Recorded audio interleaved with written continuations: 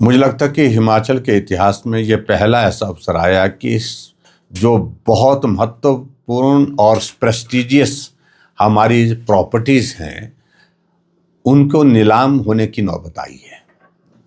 ये सरकार की नाकामयाबी है, सरकार की नालायकी है। 70 वकीलों की फौज खड़ी की है। यहाँ पर एडवोकेट जनरल से लेकर के एडिशनल डेप्टी, लेकिन उसके बावजूद सरकार को वो डिफेंड करने की स्थिति में नहीं है, क्योंकि हाजिरी लगाते हैं लेकिन कभी भी वो जाकर के वहाँ पर गंभीरता से सरकार के पक्ष को रखने की जो बात आती है उसमें वो सफल नहीं हो पाते। और हिमाचल प्रदेश में ये स्थिति बन गई है कि फजीहत के बाद लगातार फजीहत होती जा रही है, लगातार ये फजीहत का क्रम होता जा रहा है।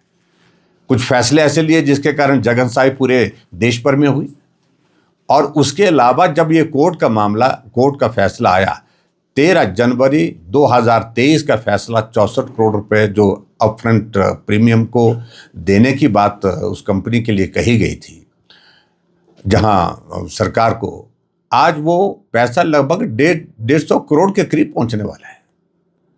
और सबसे बड़ी पीड़ा का विषय है कि हिमाचल प्रदेशियों का अगर कोई पहचान अगर दिल्ली में है वो हिमाचल भवन है, जो मंडी हाउस में स्थित है। कोई भी हिमाचल वासी वहाँ जाता है, गर्व के साथ जाता है, अपना परिवार घर समझ करके जाता है, और वहाँ उसी को ही अगर नीलाम कर दिया तो इससे बड़ा दुर्भाग्य और कोई हो नहीं सकता है। और आने वाले समय में इसी तरह के सरकार का ये दौर रहा तो मुझे लगता है कि कहीं सचिवालय को भी अटैच ना कर दे, कहीं विधानसभा को भी अटैच ना कर दे। ये स्थिति हिमाचल प्रदेश की आज की तारीख में बनी है। प्राथमिकता नहीं, एक तरफ से सीपीएस की कुर्सी बचाने के लिए, उसके लिए तो वकील जहाज में भी आए दिल्ली से, उसके लिए तो वकील दिल्ली से आए जो जिन पर करोड़ों रुपए खर्च कर दिया गया। और जब उसके बावजूद भी वो हाई कोर्ट में हार गए सीपीएस वाले मामले में, अब एसएलपी सुप्रीम कोर्ट में की है, जहां कांग्रेस की ओर से वकील खड़ा किया जाएगा, जो वकील 1-1 करोड़ रुपए एक बार खड़े होने की पेशी का पैसा लेता है, उसके लिए पैसे हैं। लेकिन हिमाचल प्रदेश में जो है इस प्रकार के जो महत्वपूर्ण कोर्ट के फैसले आए हैं उनको सॉल्यूशन, उनका समाधान निकालने के लिए सरकार के पास जो ना तो समय है, ना उस तरफ गंभीरता है, ना वो प्राथमिकता है। आखिरकार इस फैसले से सारा हिमाचल का नागरिक जो है आहत हुआ है, और इस फैसले की वजह से जो है, क्योंकि नाकामयाबी अगर है तो सरकार की है।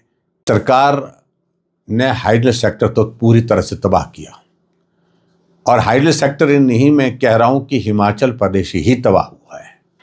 बहुत बड़ा जरिया हिमाचल प्रदेश में आय का हाइडल सेक्टर है, जहां पूरे देश भर में 45,000 मेगावाट जनरेट होती है हाइडल सेक्टर में, उसमें 11,000 मेगावाट कंट्रीब्यूशन हिमाचल प्रदेश का है। इसको और बढ़ाया जा सकता है, लेकिन जो पॉलिसी में हर रोज परिवर्तन करके और बेवजह जो व्यवहारिक चीजें नहीं है वो चीजें करने के बाद जितने भी हाइडल सेक्टर में जो हमारा पोटेंशियल था वो धरा का धरा रह गया, पानी बह करके चला जा रहा है। लेकिन उसके बावजूद जो इन्वेस्टमेंट करने के लिए हिमाचल प्रदेश में पावर प्रोजेक्ट में आने वाले थे लोग, उन सबको तो दरकिनार किया ही किया, वो तो वापस मुड़ करके चले गए।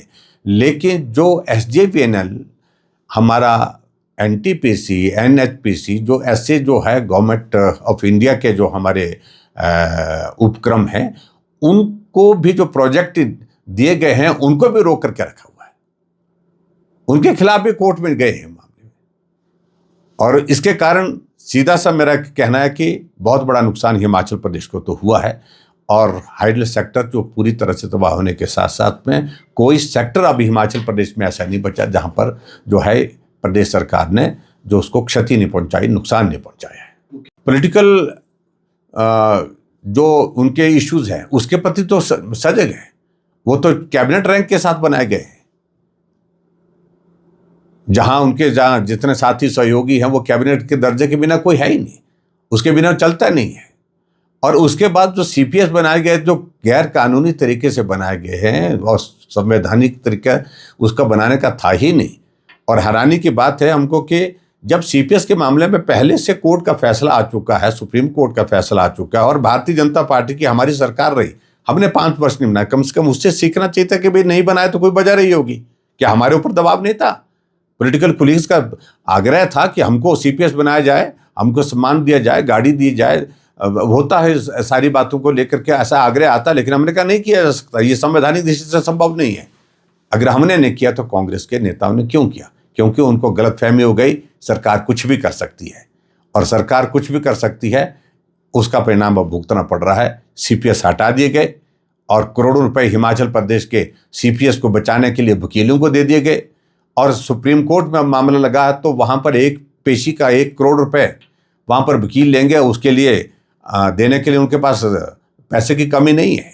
लेकिन हिमाचल प्रदेश में कर्मचारियों को सैलरी नहीं, पेंशन को पेंशन नहीं, आउटसोर्स कर्मचारियों को नौकरी से निकाल दिया, और आउटसोर्स के मामले में भी हाई कोर्ट का फैसला आया कि आप नहीं कर सकते हैं। तो सारी चीज़ को लेकर के सरकार की फजीहत लगातार होती जा रही है हिमाचल प्रदेश में, और सरकार गंभीरता में अभी तक भी इन सारी चीज़ों की, इन घटनाओं के बावजूद भी नहीं आ पा रही है।